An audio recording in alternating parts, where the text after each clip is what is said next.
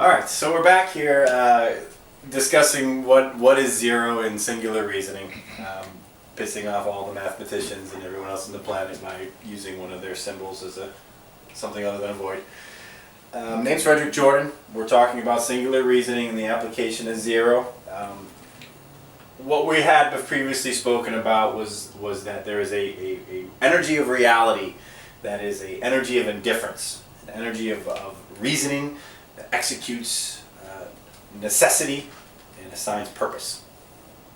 There was no numerics to speak of this energy that we deal with and see every day. So I assigned a zero to it, and this is a basic, just flat understanding of it. It gets more complicated when you get into time and motion, but just picture all of reality sitting on top of this ocean of truth. This truth can be three-dimensional. It's very, very complex. Reality is born from that in a polar energy system. Recently, some people are saying time is occurring in the negative as well as with the positive. There's a whole other universe out there. This model actually speaks to that to a degree, but when you drive down to it, to the core of it, time is an abstract thing that moves in one direction from zero. So, in any event, back to what zero applies to you and me and how it in fact impacts us in our decision making. So let's say this path of truth right here is the representation of a human being. So we'll make a little picture here so we can see it. And that human being has a zero connection point to them that ties them to truth. Now, the object that we speak of then has an infinite amount of zero connections within inside of it. Infinite amount of zero connections around it, but within its being, it has a finite amount of zero connections that make up the whole essence of its being. So the human being then has a certain amount of,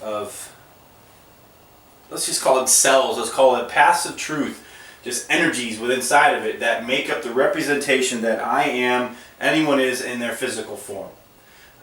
The problem is that we deduce what a human being is in polar variations, seeing that I may give the reflection of being a man and a woman is a reflection of being a woman, but that is a polar deduction of an object.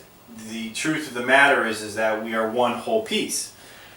Every human is in essence, well, they're actually all born female, but in essence, they are all male and female.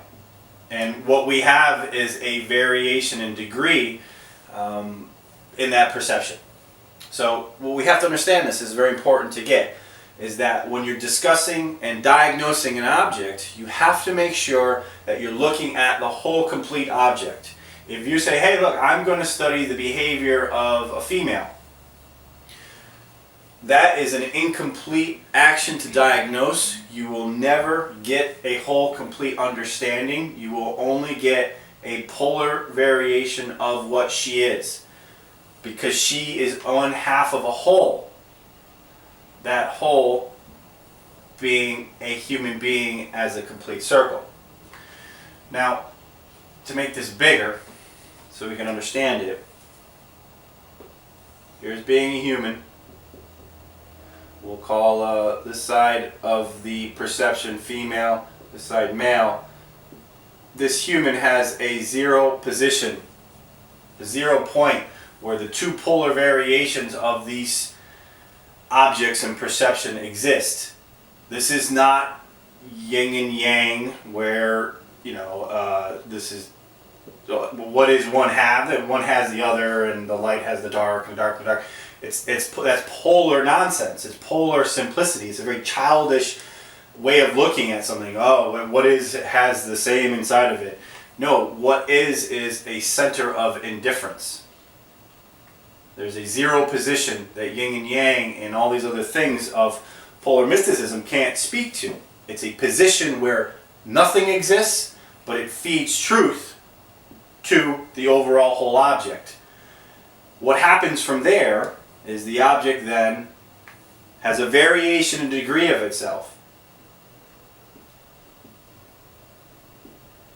Now this goes on for infinity. This is the infinity of itself, and represents all of infinity wrapped up inside that object. Truth connecting and duplicating itself back to the core of reasoning, providing direction, giving purpose, filling necessity of the object of being a human being. This is the building block of what it is to be human. It is neither male or female. It is a human. It is a one solid object. We then, in our perceptions, see it on a higher plane of existence as two objects. This is important to understand and digest. Just because something appears to be one complete thing, more diagnosis needs to occur. Does it have a polar? Does it have a polar pair to speak to? Polarity is a huge part in the first step of understanding what singular reasoning is. This is spoken about in the fictional story. Polarity is discussed through character evolution and character interface and dialogue. I definitely recommend reading the thesis paper first. This is an abstract piece meant to teach the art of reasoning as you read. It's designed in a certain way to do so. This information can be seen at www.singularreasoning.com, and we'll be back.